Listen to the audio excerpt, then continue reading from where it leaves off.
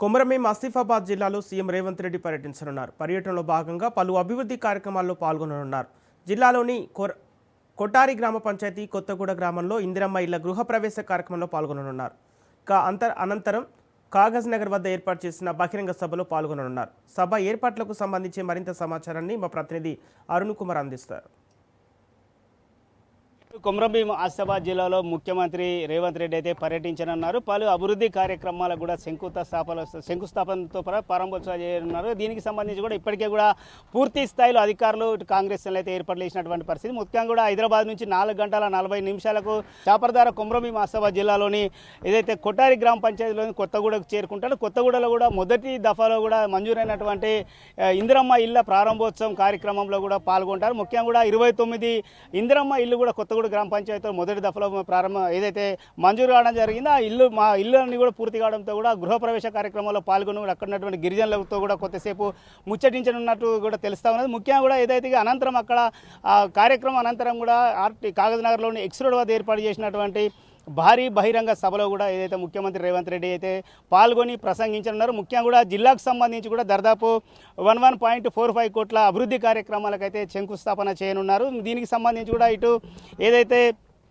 Solar plant కావచ్చు, అదేవిధంగా మహిళలకు సోలార్ ప్లాంట్తో పాటు మహిళలకు కూడా ఏదైతే డాక్రా మహిళలకు కూడా ఏదైతే లోన్లు మాకు సంబంధించినటువంటి మంజూరుకు సంబంధించినటువంటి కార్యక్రమాలు కూడా ఏదైతే కార్యక్రమాల్లో పాల్గొన్నారు. ఏదైతే దీనికి సంబంధించి కూడా ఇటు అధికారులు అయితే పూర్తి స్థాయిలో ఏర్పాటు చేసి ఇటు కొటారి గ్రామ పంచాయతీ పరిధిలోని కొత్తగూడ కావచ్చు, అదేవిధంగా కాగజ్ నగర్లోని ఎక్స్ రోడ్ వద్ద నిర్వహించేటువంటి సభకు సంబంధించినటువంటి పూర్తి ఏర్పాట్లు అయితే కొనసాగుతున్నాయి. ఇక ముఖ్యంగా కూడా ఏదైతే అక్కడ ముఖ్యంగా కూడా సాయంత్రం 7 గంటలకు కూడా ఏదైతే ముఖ్యమంత్రి రేవంత్ రెడ్డి 7 గంటల 30 నిమిషాల నుంచి దాదాపు 9 గంటల వరకు కూడా ఈ సభలో కూడా పాల్గొనేటువంటి అవకాశం ఉన్న నేపథ్యంలో కూడా పోలీసులు కూడా భారీ బందోబస్తు ఏర్పాటు చేశారు. ముఖ్యంగా కూడా దాదాపు ఏదైతే ఈ సంబంధించి ఇటు కొమరంభీం ఆసిఫాబాద్ జిల్లాకు సంబంధించి కూడా ఇటు ఉమ్మడి ఆదిలాబాద్ జిల్లా ఎమ్మెల్సీ దండవిట్టలతో పాటు ముఖ్యంగా కూడా ఏదైతే డీసీసీ అధ్యక్షురాలు ఆత్రం సుగుణ, అదేవిధంగా కూడా సభ కన్వీనర్ మంచిర్యాల ఎమ్మెల్యే తొక్కిరాల ప్రేమ్ సాగర్ ఆధ్వర్యంలో కూడా ఏదైతే ఈ సభకు సంబంధించిన పనులు అయితే కొనసాగుతాయి. ఈ సభను సక్సెస్ చేయడానికి కూడా దాదాపు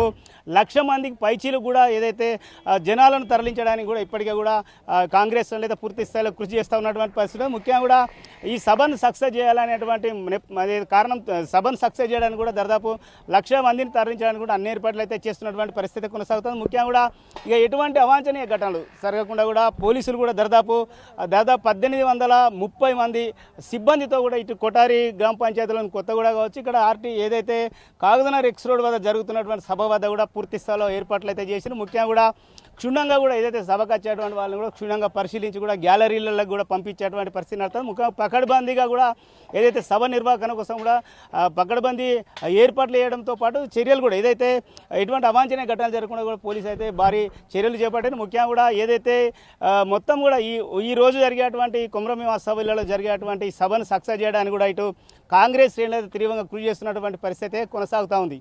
camera person Srinivas, Arun Kumar, Raj news, Komaram Bheem Asifabad జిల్లా.